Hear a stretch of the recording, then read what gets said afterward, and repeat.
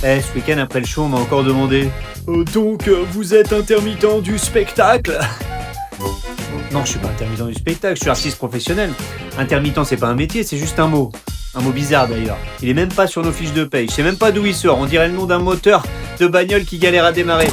Moi, je suis pas intermittent, je suis là tout le temps. Quand faut livrer le show, quand faut briller, même quand il y a personne pour applaudir ou pour regarder, je suis là. Aujourd'hui, on va parler d'un truc simple, mais qui change tout. L'artiste entrepreneur. Parce que quand je discute avec beaucoup de gens du spectacle, j'entends souvent moi, ça fait 20 ans que je suis intermittent du spectacle. Bah là, déjà, il y a un problème. Parce que tout est dans le titre. C'est pas une question de statut. C'est pas une question de fiche de paye. C'est même pas une question de structure juridique. C'est une question d'identité. Quand tu te définis comme intermittent, tout est là. Change les mots et tu changes l'histoire. Tu peux être intermittent du spectacle sur le papier, mais penser comme un entrepreneur. Ou être artiste depuis 20 ans et rester bloqué au même endroit. Tout est une question d'identité. Les mots que tu utilises façonnent ta réalité. Exemple, je suis intermittent depuis 20 ans, égale posture plutôt passive. Alors que je suis artiste et je développe mon activité artistique. Là, on est plutôt dans une posture active. Tu deviens ce que tu répètes. Pourquoi Mohamed Ali se répétait tout le temps « Je suis le plus grand, je suis le plus grand, je suis le plus grand, je suis le plus grand » Bah, à force de se répéter ça, il a été le plus grand. Mais, on prend 2 minutes là. Moi, si t'es abonné à ma newsletter, tu le sais, on n'est pas chez les bisounours. De temps en temps, j'aime bien secouer un peu le monde. Pourquoi ? Parce qu'un électrochoc, ça peut réveiller. Je suis pas là pour te plaire, je suis là pour éviter que tu t'endormes, pour que tu te réveilles. L'artiste entrepreneur fonctionne comme ça. Quand ça ne marche pas, il ne remet pas tout en question. Il ne dit pas « mon spectacle ne marche pas »,« le marché ne comprend rien, les programmateurs sont nuls ». Non. Il dit « qu'est-ce qui, précisément, ne fonctionne pas ? Quel élément ? Il y a un truc. Pas tout.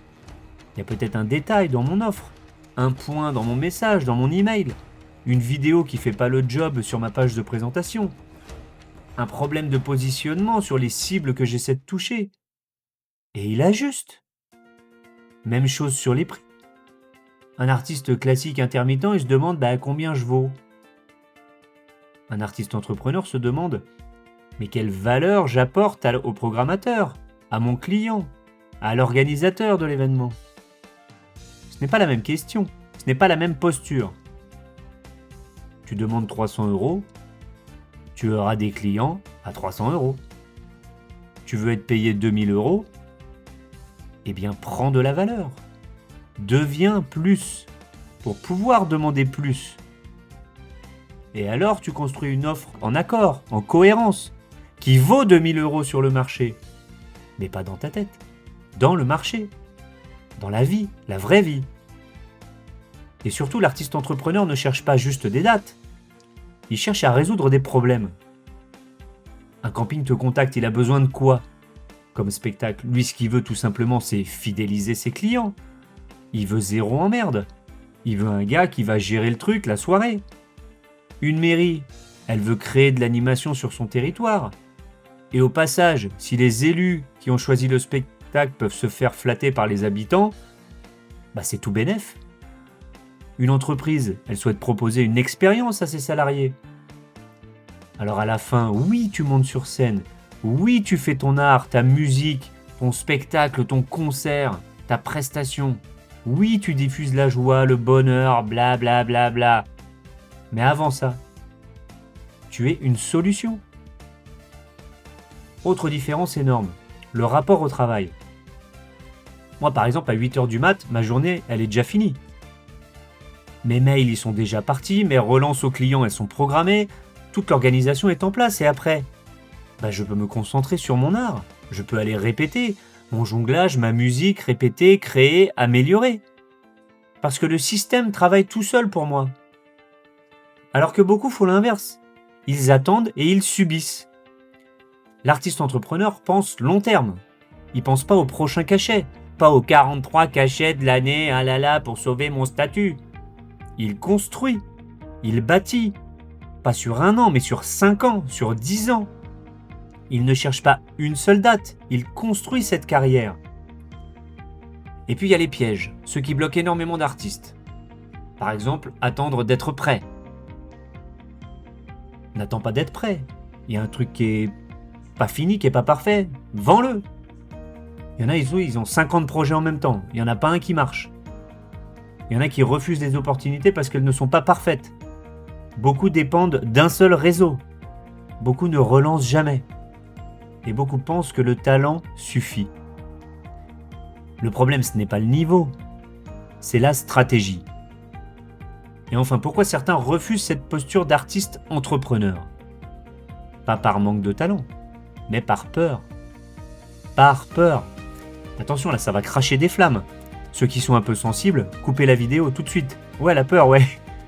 La peur de gagner de l'argent. La peur d'être jugé.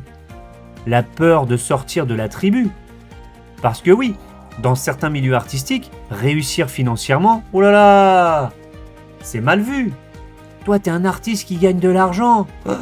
Ouais, tu sors, t'es plus comme nous. Tu n'es plus authentique. Comme si un artiste devait forcément galérer pour exister. Mais ça, c'est une étiquette qu'on t'a collée sur la gueule. Rien de plus. Libre à toi de la décoller. Mais à un moment donné, il faut être clair avec soi-même. Si tu travailles, tu progresses, tu apportes de la valeur, donc oui, tu peux gagner correctement ta vie.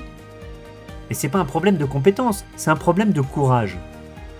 Et ça passe aussi par les habitudes.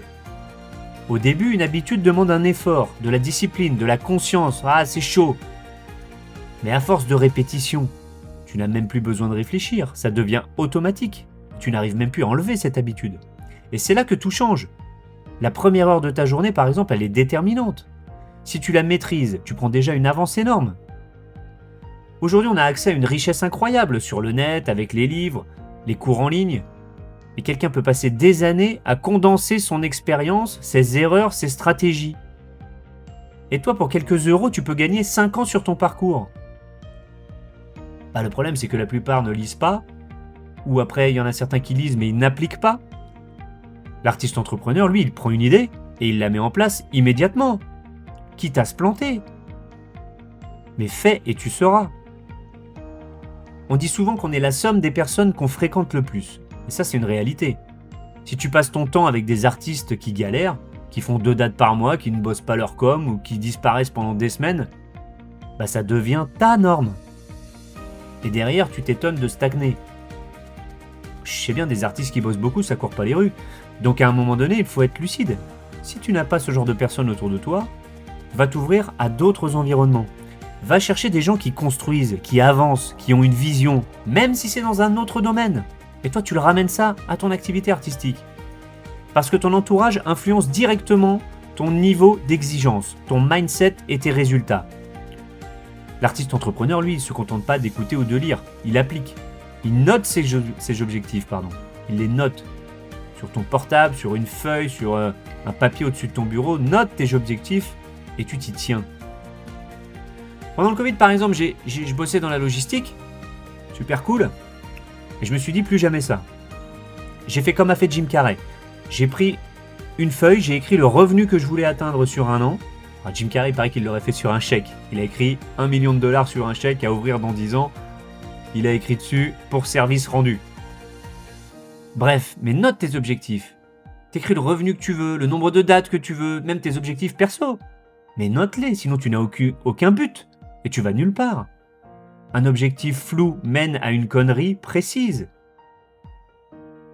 Donc c'est pas de la magie, c'est de la clarté. C'est de la répétition et c'est de l'engagement. L'entrepreneuriat, c'est pas un gros mot et ce n'est pas trahir ton art. Au contraire, c'est ce qui te permet d'en faire plus, d'être plus souvent sur scène, avec plus d'impact, avec plus de liberté. À toi de choisir. Soit tu subis ton statut d'intermittent du spectacle, ou tu construis ta trajectoire.